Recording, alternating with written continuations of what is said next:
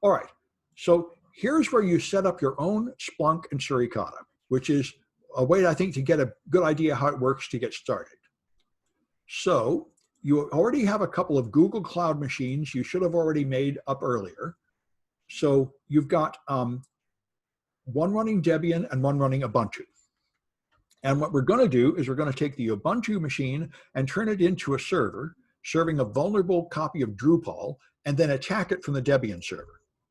So you install Drupal, and because, right, so you create a database, you install MySQL and create a database, you install PHP, and then you install Drupal.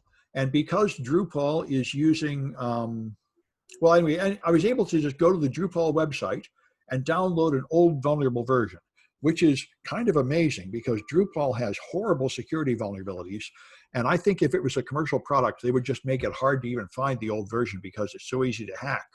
But because it's open source, they just sort of, as a matter of religious belief, keep the old versions just right there. So anyway, you install this thing, and now you can adjust your Apache server to serve up the Drupal site. And the result will be that you have a public IP here, and now you have a Drupal page. This is like WordPress. You now can go through a standard graphic-based installation. And when you're done, it will work with everything working except Unicode, which is okay as long as you're content with just English. And you'll have a working Drupal website when you're all done. All right. It has some error messages, but none of them matter. You're able to actually run the website.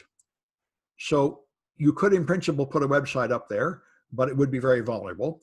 So what I did was I blocked port 80. If you don't block port 80 on this vulnerable website, it will get hacked by an automated process within an hour. When I first taught this, it was a CTF event at a college, and I had like 6 students do it, and like 2 of them got hacked immediately before they could even proceed with the project.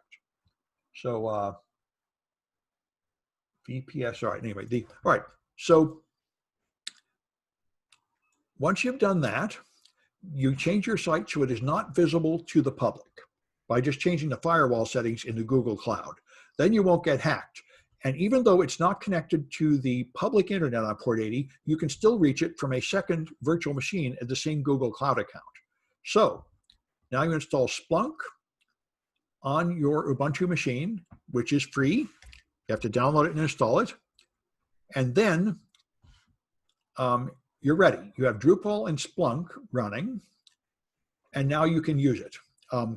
The Ubuntu server has Drupal and Splunk installed, and you run a Debian machine to send a couple of attacks. So you take your Debian machine and send a couple of attacks to it, and you'll be able to see them. And I don't think I'll go through this in much detail because for real practice, I want you to do the, you can set up some attacks and see them come up like a DDoS attack and other attacks. And this shows you how to set it up. But really, beginners almost never set up these products. What they do is use them. And that is the thing which I really want you people to look at, is the boss of the SOC. I think this is probably the most important thing for you to focus on. And it's probably enough to be all you do today. This one, I've got a server already set to go, and we're using some data that Splunk produced. So here is the boss of the SOC. I have a server here at splunk.samsclass.info, and I'm going to put that in a different browser here. Okay. All right. So if you go there, there are 2 servers, but with this small class, I'm sure we can all just use the one. If you go to splunk.samsclass.info, to avoid everybody in the world just hacking it, it has a login, student 1 and student 1, for the username and password to get in. And then you have Splunk. So this is glorious Splunk. And it has about 1 million events. What these guys did was they set up Cloud Network on Amazon or something, and then they sent a bunch of real attacks to it. And they had a domain controller and a web server and an email server, all these real corporate servers, and they captured all the traffic from real attacks. And that's what's loaded here. And they did that a few years ago. So all this traffic is about 4 years old. And so you can click Data Summary here. And by the way, let me say, if you open it, it might not open to the search page. It might open to another page like this. But if you see this page, you just click search and reporting to get where you're going to spend all your time. And the reason why everyone loves Splunk is it's an easy way to search through your logs. That's all it is. For years, people said you should check your logs, but your logs consisted of text files in different formats on different servers, so it's very painful to search them. So you need to have one central repository for all the logs, and that's what Splunk is. You put a forwarder on every device, and they all send the data to one central server, and you do all your searching there. And everybody makes Splunk forwarders. Every commercial product, every open source product, everybody makes a Splunk forwarding engine. You can, in principle, write your own, but you almost never have to because Splunk is very popular and there's a very big active user base of people contributing code to the project. Although it is a commercial product and very expensive, you can run it, the free version, and it won't let you scan much live data, but you can scan archive data to learn how to use the product, and there's no restriction. And that's what we're doing here. So here's the events we have, 956,000 events. If you click data summary, you can see what kind of data is in here. This is the name of the computer that was providing the data, which is usually not very interesting. What's more interesting is source types. This is a Windows event log, a few of those. Here's a Windows registry. These are FortiGate logs from a FortiGate firewall, event traffic. Here's a Nessus scan. Here's stream data. It monitors the network and looks at the traffic on the network. It doesn't store full packets, but it stores summary information about what kind of traffic went by. So there's DHCP and DNS and HTTP and so on. And then there is some Suricata data too, which is coming from the Suricata intrusion detection system. So it will detect things that it recognizes as attacks. So you have all that data and you can search for things. So let me get my instructions and just demonstrate the first few of these. These are really fun and easy, and you learn this very important skill of using Splunk. So to get the data that we're going to use, we use this Boss of the SOC version 1 as the index here. So I put in that index.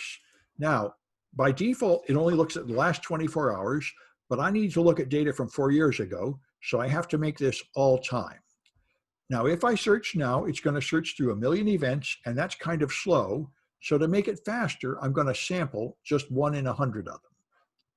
Now I search, and I didn't give it any limiting criteria, so it's just finding all the events. So since there are about 1 million events, it found about 10,000 of them at 1%, and here they are. This is what it does. These are the events, and these are just log entries. So this looks like some XML formatted log entry from a Microsoft system. Here's another one. These are just raw log entries one by one. And some of them it was able to format. This looks like some kind of web traffic with bytes in and bytes out. And you can view the log entries one by one here, but that is for losers. That's like looking for packets one by one in Wireshark.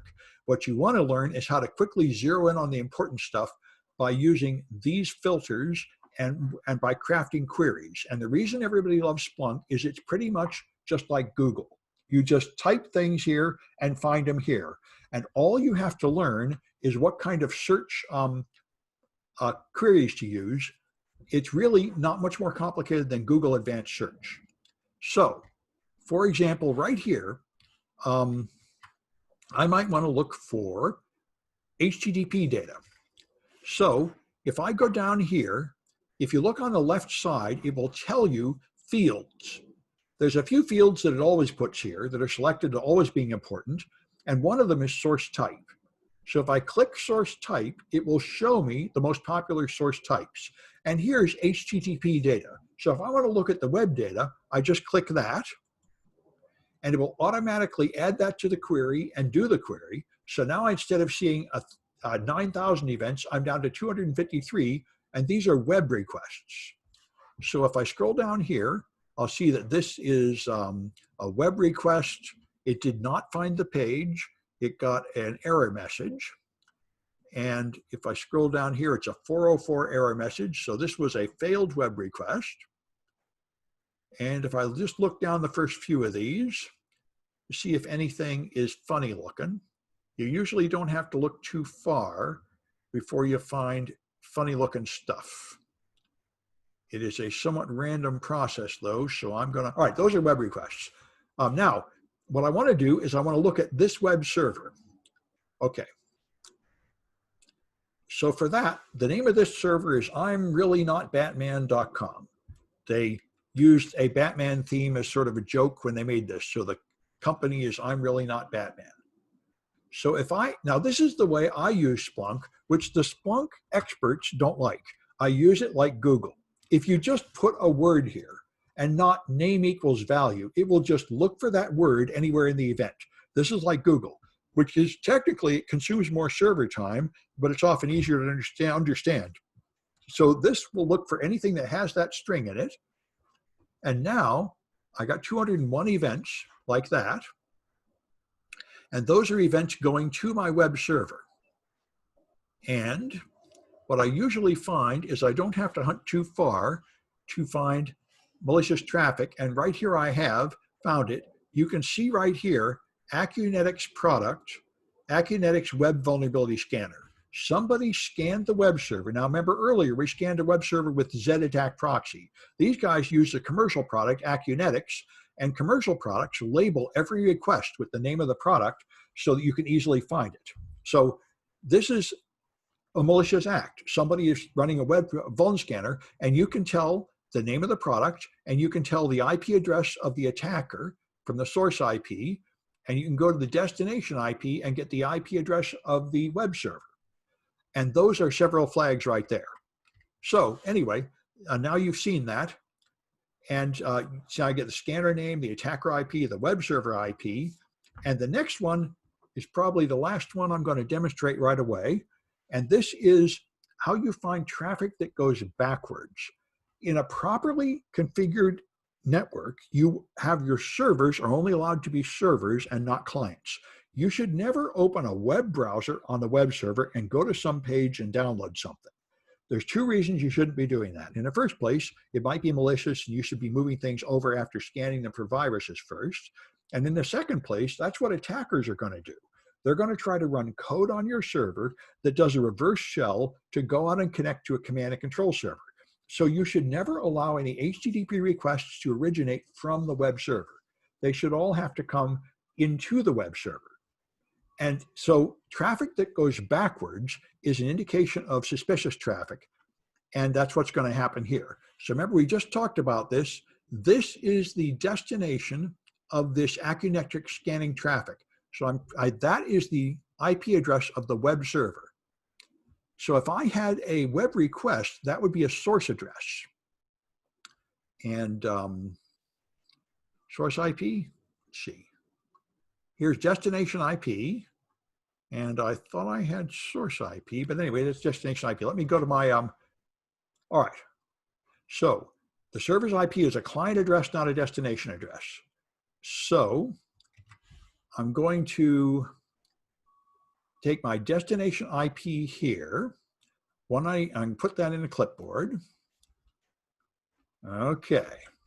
And now I'm going to look for a source IP here. And there it is. Source IP. Okay, so I'm going to click here, and it will look for traffic from that source IP. Now I'm going to get rid of I'm Really Not Batman because that URL is only going to be on incoming traffic to that web server, and I'm going to put in the IP address of the web server here.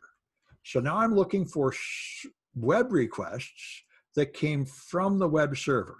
And there shouldn't be very many of them because that's traffic that goes backwards. And there are none, but that's because I'm sampling. If I turn off my sampling and now search through all 1 million events, I find just a few packets that went backwards.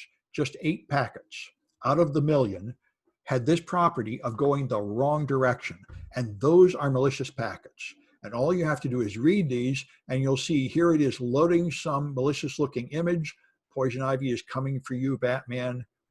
And it's loading from some goofy looking URL. This is malicious traffic that was used to download something onto the web server and deface the web page. And that's why everybody loves Splunk. You have a million events scattered across a dozen or more log files all over the place. And how are you going to find the bad stuff? And the answer is you can pretty quickly find the bad stuff with Splunk. So there's a whole series of challenges here to solve that are fun. You find the staging server IP. So you find a defacement. There's a tool called Sysmon running that takes the Windows event logs and puts them in. So you can find a brute force attack. There's attempted to log into a website and tried hundreds and hundreds of passwords until it got in. So you can find how long it took to do the brute force attack and what the correct password was. And there's a ransomware attack. Machine got infected with ransomware and then started encrypting files, and you can find the code that did it, and you can watch the files get encrypted and find the domain that it came from. And you can even find the USB key that was plugged in, because that makes a Windows event log entry. That's where the malware came in. So it's good, clean fun. These are a lot of very realistic things that are in that traffic, and it's not that hard to find them with Splunk. So what I think you ought to do is practice with that stuff. And I don't think I'll demonstrate these other things, but they're here if you want them. I just mentioned, if you don't know anything about Canary tokens, check this out. I don't know how everyone doesn't use this. This is incredibly easy. People get hacked and they don't know it, and that is ridiculous. All you do with Canary tokens is you make special URLs or email addresses or other objects that you put on your website. And now if somebody steals your data, it will trigger that as they go to that URL that they shouldn't be using, and you'll get an alert. So everybody should be using these things. You make Canary tokens, you mix them on your real servers and real data, and then when you get hacked, you find out. And you don't have to look like one of these fools that finds out from Brian Krebs months later and tries to tell people you didn't get hacked when you really got hacked. It's very easy to know when you get hacked. A friend of mine actually used one of those Canary tokens. They were getting harassed on Facebook Messenger and couldn't figure out who it was. So they sent a Canary token in through Facebook Messenger, and when they clicked on it, yeah. Yeah, that's right. I mean, there's plenty of tricks. I mean, I don't know why everyone doesn't do this, and it's even free. It's for small amounts, and it's well worth what it costs. It's amazing how many people get hacked and they don't even know any better. Anyway, I'm going to stop this one and just let people work for a while, I think. Let me figure out how to get to it. Here it is. All right, so I got that video.